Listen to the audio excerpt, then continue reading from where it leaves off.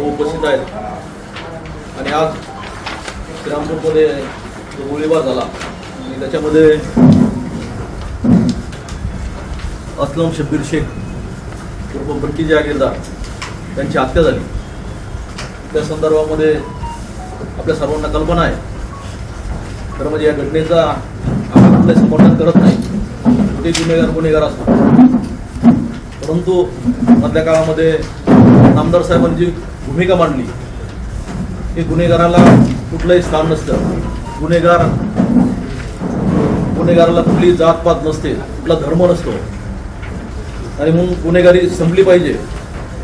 तर म्हणजे लोकशाही व्यवस्थेमध्ये हिंसा आणि गुन्हेगारी प्रवृत्तीला कुठेही स्थान नाही आणि आपण सर्व लोकशाही मानणारे सर्व मंडळी आहोत म्हणून ती झालेली घटना आहे, दुर्दैवाने ती घटना झाली।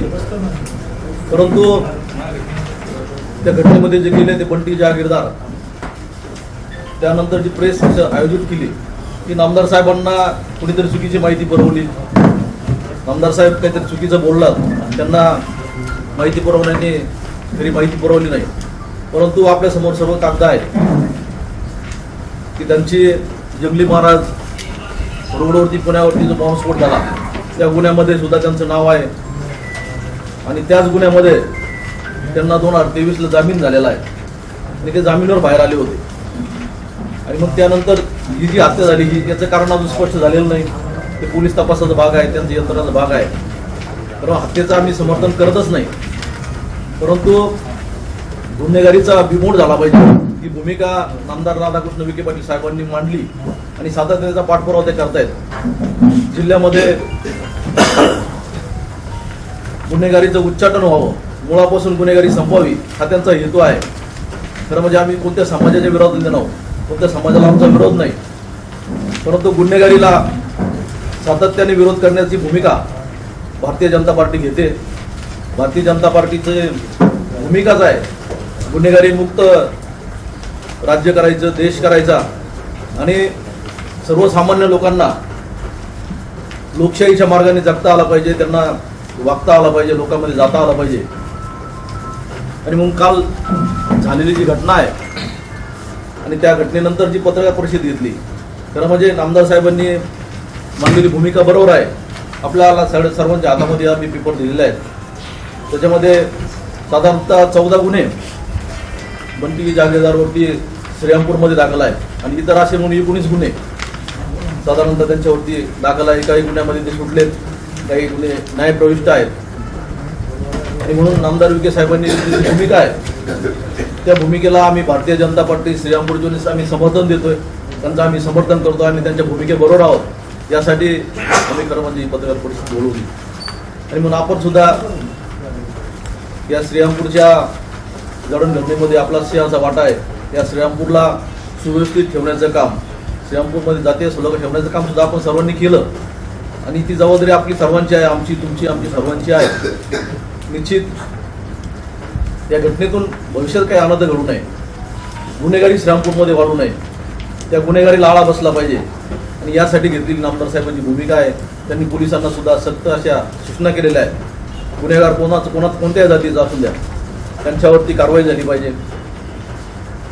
त्यांचा बिमोड झाला पाहिजे आणि सर्वसामान्य लोकांना दिलासा मिळाला पाहिजे, ही भूमिका विखे साहेबांनी घेतलेली आहे आणि म्हणून त्यांच्या भूमिकेला आपल्या सर्वांच्या श्रीरामपूरच्या वतीने आम्ही पाठिंबा देतो। जंगली महाराज रोडवरती जो साखळी बॉम्बस्फोट झाला त्या संदर्भामध्ये श्रीरामपूर येथील बंटी जागीरदार हा आंतरराष्ट्रीय दहशतवादी संघटना इंडियन मुजाहिदीनशी संबंधित होता असं आम्ही नाही म्हणत, अशी पोलीस यंत्रणा म्हणतीये आणि त्या पोलीस यंत्रणाचे कागद तुम्हाला आम्ही दिलेले आहे। विषय नंबर 2, भारतामध्ये ही जी काही संघटना चालते या संघटना चालवणारा रियाज भटकल, इक्बाल भटकल, अहमद जलाउद्दीन उर्फ वकास उर्फ झाऊर रहमान जो पाकिस्तानमध्ये राहतो त्याचा या घटनेशी संबंध आहे आणि त्यामध्ये हा 8 नंबरचा आरोपी आहे. आपण जर बघितलं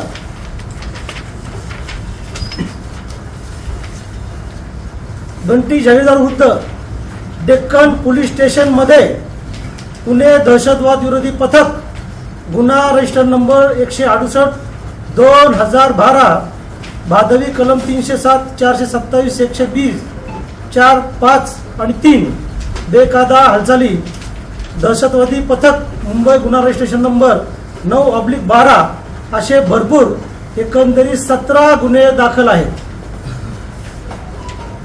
जंगली महाराज रोडवर साखळी बॉम्बस्फोट गुन्हा जो झाला तो 2012 मध्ये दाखल झाला होता.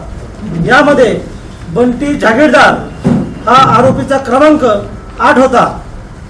त्यामध्ये आरोपींनी या गुन्ह्यामध्ये 70,000ची 2 देशी बनावटीची पिस्तूल व 10 जिवंत काडतुसे पुरवली होती. तसेच आरोपीला 2023ला दहशतवादी पथकाने पुन्हा अटक केली आणि जेलमध्ये घातलं. त्याच्यानंतर त्यांनी सर्वोच्च न्यायालयामध्ये अपील केला. त्या अपिलामध्ये ते जामीनवरती बाहेर आलेले आहेत आणि 2023 मध्ये कोर्टाने फक्त निरीक्षण नोंदवलेलं आहे. त्यांना त्या ठिकाणी निर्दोष केलेलं नाही. ते फक्त जामीनवरती बाहेर होते. त्यांना कोणत्याही कोर्टाने निर्दोष केला नाही. त्यांना 2012ला अटक झाली. त्यानंतर 2019ला त्यांच्यावरती जामीन झाला. पुन्हा त्याच कोर्टाने म्हणजे उच्च न्यायालयाने त्यांना पुन्हा अटक केली. अटक केल्यानंतर 2023 पर्यंत त्यांना ठेवलं.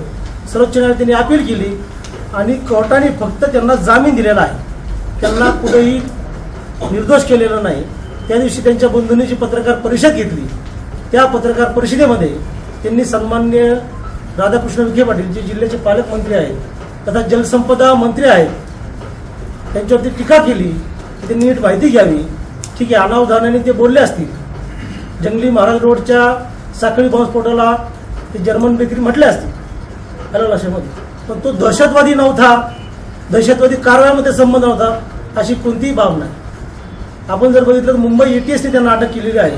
त्याच्यामुळे नामदार साहेबांचं नामदार राधाकृष्ण विखे पाटील साहेबांचं आम्ही पूर्ण सहमत करत आहोत आणि उत्तर नगर जिल्हा भारतीय जनता पार्टी पूर्ण ताकदीशी त्यांच्याबरोबर उभी आहे.